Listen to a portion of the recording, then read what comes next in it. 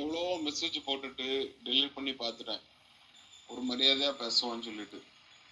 ஆனா வந்து எப்படினாலும் இதை வந்து இதுக்கப்புறம் மரியாதை பேச முடியாது. அதாவது உங்க அக்கா இறந்து ஒரு வாரத்துக்குள்ளால அவனுக்கு ஃபோன் பண்ணி ஜோயல்கிட்ட உங்க அக்கா நகையே காணலன்னு கேட்க பத்தல. இதுக்கு வேண்டிதான் உங்க மாலாக்கா எங்களை கார்டியனா போட்டிருக்கு. புரிஞ்சா?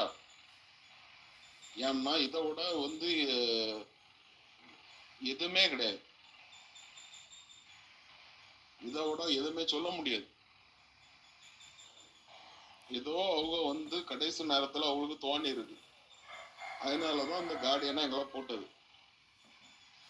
ஏன்னா ஒரு வாரத்துக்குள்ளாலே அவனை போன் பண்ணி இங்க நகை இல்ல, நீங்க எங்கெங்க போய் என்னென்ன வந்து எல்லாம் விசாரிச்சீங்கன்னு எல்லாம் எனக்கு தெரியும். அங்க ஒவ்வொரு இடத்துலயும் பேங்க்லயும், கேனரா பேங்க்லயும், கேனரா பேங்க் இல்ல ஐஓபிலையும் எல்லாத்துலயும் நீங்க பண்ணது எல்லாமே எனக்கு தெரியும். ஏன்னா இதுக்கு வேண்டிதான் எங்களை கார்டியனா போட்டது. அது வந்து உங்க நகை கிடையாது, அது வந்து உங்க அம்மா நகை கிடையாது, உங்க அப்பா நகை கிடையாது, அது மாலாக்காக்க நகை.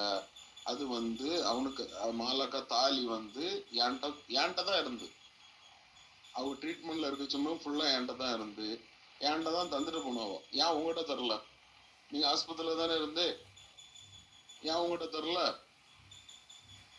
ஏன்னா அதை வந்து என்கிட்ட சொன்னாவோ, இதை வந்து ஜோயலுக்கு தான் போகணும் அப்படின்னு சொல்லி. அதனால அது என்கிட்ட தான் இருக்கு, அவனுக்கு தான் போகும். இது மட்டும் இல்ல, மாலாக்காக்க ஒவ்வொரு கம்மல் வரைக்கும் அவனுக்கு தான் போகும். அது நீங்க வச்சிருக்கலாம், இப்போ நீங்க என்னவும் பண்ணலாம், ஆனா எல்லாமே அவனுக்கு தான் போகும். அவனுக்கு ரைட்ஸ் என்னவோ அது அவனுக்கு போகும். நான் கூட வந்து கொஞ்சம் விட்டுறலான்னு பார்த்தேன், சரி ஏன்னா எனக்கே அவ்வளவு சொத்து இருக்கு, ஜோயலுக்கு நான் பார்த்துக்கலான்னு பார்த்தேன். ஆனா அப்படி விட மாதிரி தெரியல. இப்போ ஒவ்வொன்றும் அவனுக்கு வரக்கூடிய ஒரு புடி மண்ணையை நான் வாங்கி கொடுத்துட்டு தான் போவேன். அவனுக்கு வர வேண்டிய எல்லாம் அவனுக்கு வரும். அது நான் வந்து எப்படி பண்ணணுமோ லீகலா நான் பண்ணிக்கிட்டேன். ஏன்னா லீகல் கார்டியன் நாங்க தானே, எப்படி நான் அதை வந்து அவனுக்கு கொடுக்கணுமோ நான் கொடுத்துக்கிட்டேன். நோண்டி விட்டுட்டு நான் இனி விட மாட்டேன். அதை ஓவரா நோண்டக்கூடாது. நாங்க வந்து நிறைய பண்ணலாம், சரியா?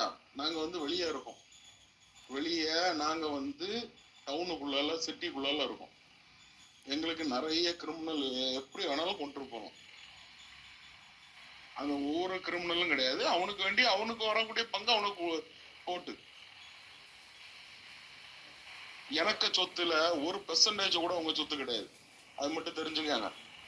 நீங்க காட்டுக்குள்ள வச்சிருக்கீங்க அவ்வளோக்கு. எனக்கு வீடே வந்து 10 கோடிக்கு மேல போகும். எனக்கு வந்து எனக்கு சொத்துல ஒரு பெர்சன்டேஜ் கூட உங்க சொத்து கிடையாது.